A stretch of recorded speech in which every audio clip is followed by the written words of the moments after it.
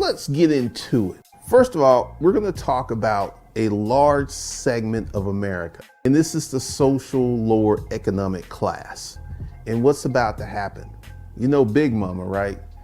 You know, she was married to your grandfather passed away. She got this big old house that's paid off.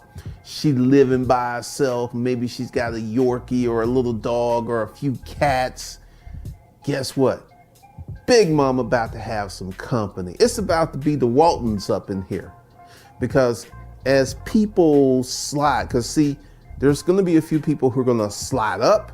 There's a lot of people who are going to slide down.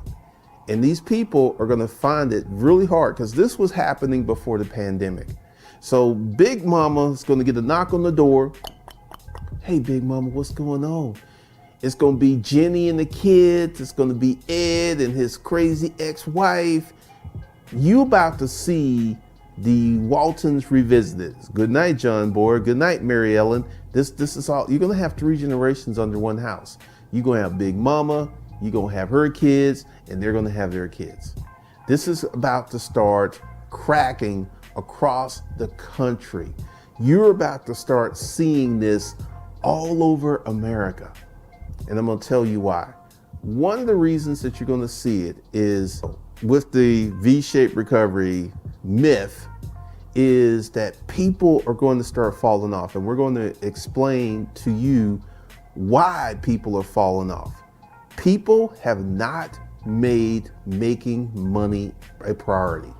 No, like right now, I'm giving 30 days to $2,500 away. A lot of people are signed up for it. Glendon, hey, man, you know, I'm good. I'm gonna sit here with on my government stimulus check. I don't really want to make money. Making money is a mindset that most of America doesn't have.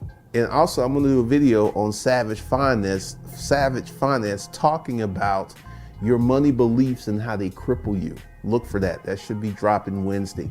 So one of the things that you need to understand is so many people are caught in these social bubbles. People who go in and out of jail.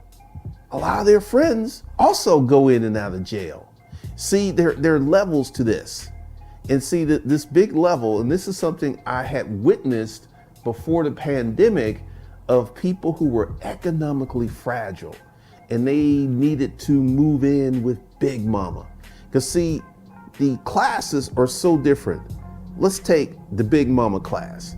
Big Mama class, work hard, buy one house, get that house paid off, tuck away the pennies.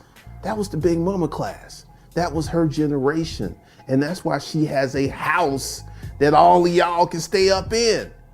And the house may not be the best house, it may not be the biggest house, but it's a house, it's paid for, and it provides shelter. So Big Mamas across America, get ready for that knock, because they coming. They are coming. They're coming with their sad stories. They're coming with their broken dreams. They be coming. And you're going to, and this was started before the pandemic. And the pandemic is just going to accelerate this. Right now, there are people in transition. There are married couples in transition. Husband lost a job, wife lost a job. They got 2 little kids, little Joey, little Becky. And they're like, we can't stay here anymore. And if you in Houston, they evicting folks. Like I said, that temporary reprieve, because see, here's something else. America's really unforgiving if you're not about your business. Like right now, all of these people who are unemployed, everyone feels sorry for them. Everyone's like, man, that's just terrible. But the longer this goes on, that sympathy will turn to hostility. Why ain't you working? Why don't you go find a job? The Brads and the Beckys about to be moving in with Big Mama, and Brad's going to be working at Walmart, Costco, Target. Becky's going to be doing some homeschooling, and they're going to be taking care of Big Mama, and Big Mama's going to be taking care of them. You're going to see this massive shift to this. You're going to like look up, and if you live in a house in a neighborhood with Big Mamas or elderly couples who live by themselves, get ready to see some extra cars in the driveway, because it's coming. they're gonna be coming because they're gonna need help. They're not able to make it on their own.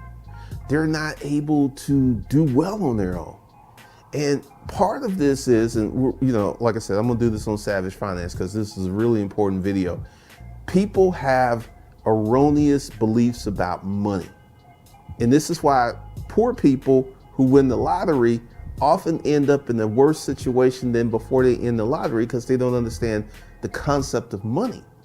And we have a huge segment of America. Like, I got a video on Savage Finance talking about how to pay off debt. And one of the things is that these early videos on Savage Finance are not going to be sexy. It's like, well, here's a way that if you hardly make any money, that you could get a very high credit limit or you could pay off your debt. Well, I'm not selling those kind of fantasies. You grown. You grown. I should be able to tell you the truth, and you should be able to accept the truth. That if you have low income and high debt, it's gonna be rough. And this is what the Brads and the Beckys are finding out. And this is why they're getting ready to move up in Big Mama's house. And and it's gonna be rocky because Big Mama is used to her own space. Big Mama, she's used to nothing but the little dog and the little cat. And all of a sudden, she gonna have these folks up in her house. And these folks are gonna move in, and because these folks are adults. They want adult privileges, even though they put themselves in the position to be treated like a child. You need Big Mama to provide you shelter, but you grown and you want to do grown folks things, except you ain't supporting yourself. So there's going to be a little friction in some of these houses. Big Mama going to be like, look, you and them badass kids need to get out my house. It's going to be that. And then they're going to break up, and then they're going to get back together. Because see, after a while, Big Mama's going to get used to having them up in their house. Because see, this is something I knew as a child, that older people get lonely.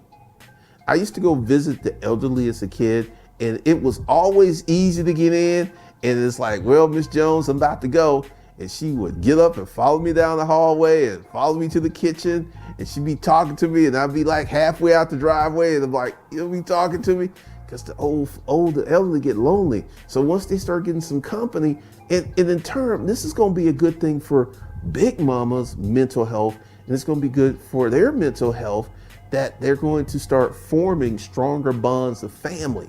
This is something that has disappeared in many parts of America. It's still strong in certain sectors of America, but it's about to reemerge because it's going to be the Waltons. It's going to be the Waltons. And if Pawpaw, Big Mama and Pawpaw's still alive, it's about to get hilarious. Because see, if you ever notice something about old people, they have no filter.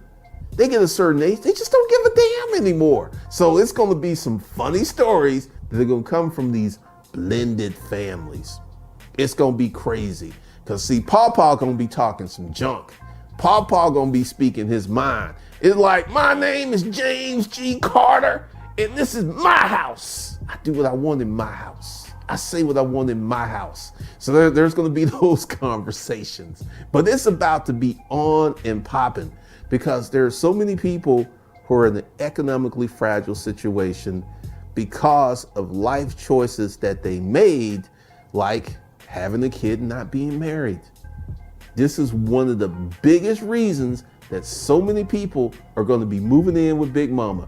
It's going to be Bebe and her kids moving in with Big Mama.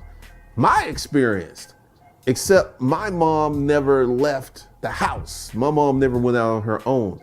So one of the reasons that I had stability as a child, I never went to daycare, is because of my grandmother, AKA Big Mama.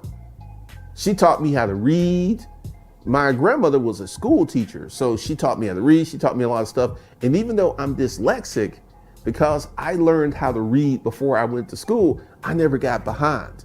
And I can't tell you what a blessing that was. Because see, when you're a little kid and you get to an adult, but when you get older and you can look back and you be like, oh my God, that was great. That was the best thing ever. I never went to daycare. Like none of my friends ever went to daycare because there was always a Big Mama around, an auntie around, and the neighborhood was stronger and the community was stronger. So you're about to see communities get stronger because they need each other. They're going to be leaning on each other because they're going to need each other. So the big mamas of America, get ready. They coming.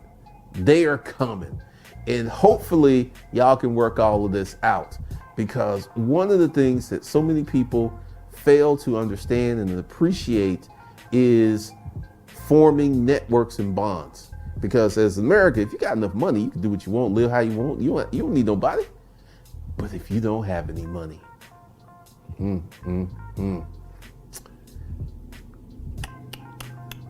Big Mama, hey, how you doing? You know, Brad and I, we've been suffering. We want to ask you a really, really big favor, Big Mama. What do you want, baby? What do you need? If Big Mama can do it for you, I'll do it for you. Well, we want to move in with you temporarily. That's how it's going to go. It's going to be, I want to move in with you temporarily. And they'll be there for 10, 15, 20 years. Because luxuries, once tasted, become necessities. But you're about to start seeing all of this drop very, very quickly. Very, very quickly. So that's all I got for you guys right now.